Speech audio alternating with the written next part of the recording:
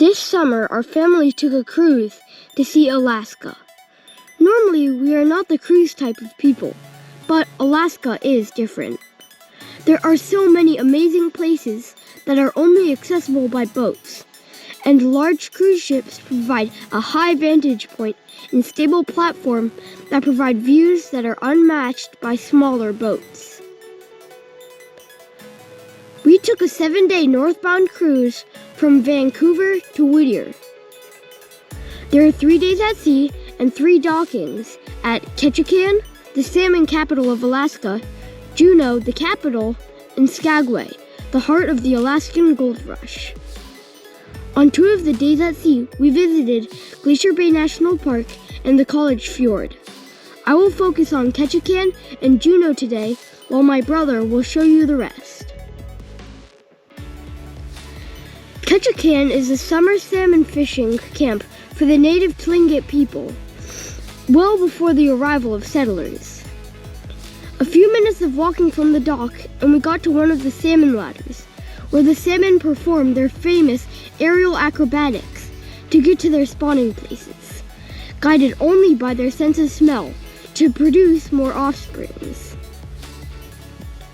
The 5 main types of salmon are the red ones, called sockeyes, that are the tastiest, the pink salmon, known for their distinct hump on the back, the king salmon, aka the Chinook salmon, known for its creamy meat and loads of fat, coho salmon, known to have a very fine and distinct taste, and the chum salmon, aka the dog salmon, due to the canines that they develop during spawning time.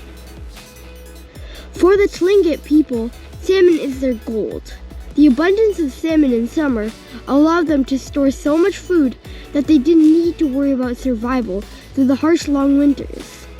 Salmon's life cycles are so predictable, which makes Ketchikan a reliable camp.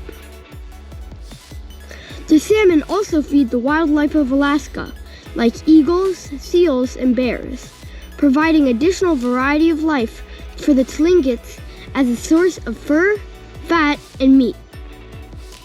Because of the abundance of food the salmon provided, natives had time to produce art and have fun. This is why Ketchikan has the most totem poles than any other place in the entire world. We were too early to see salmon swim upstream, so we went up steep hills ourselves. We went on the Deer Mountain hike. It had such beautiful scenery that it had me in complete disbelief. The forest was rainforest-like, with vines hanging and moss covering the trees. This really reminded me of the fire swamp from The Princess Bride. See what I mean? After a few miles of the amazing jungle, we hit the tree line. We could see a panoramic view of the port and a lake. We even got to walk over some snow. The last half a mile of hike was very steep. Yikes. But we were greeted by a ptarmigan, the state bird of Alaska.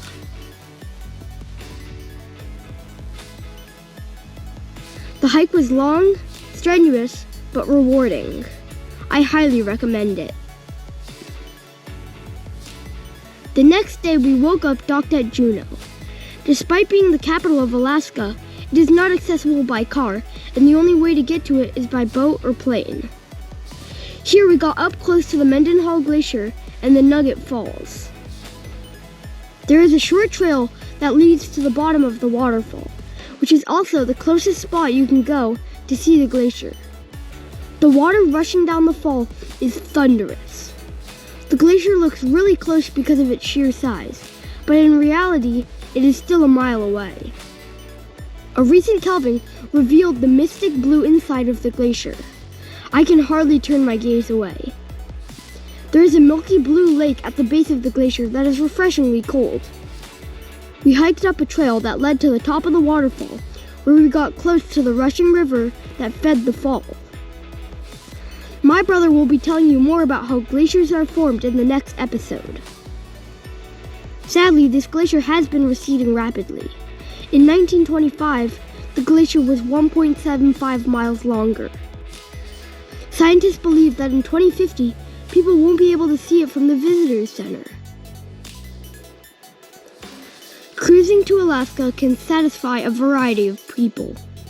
We were able to enjoy the amenities the cruise ship provided, but also we were able to get away from the crowds and be totally engulfed by nature, because there are so many amazing and challenging hikes.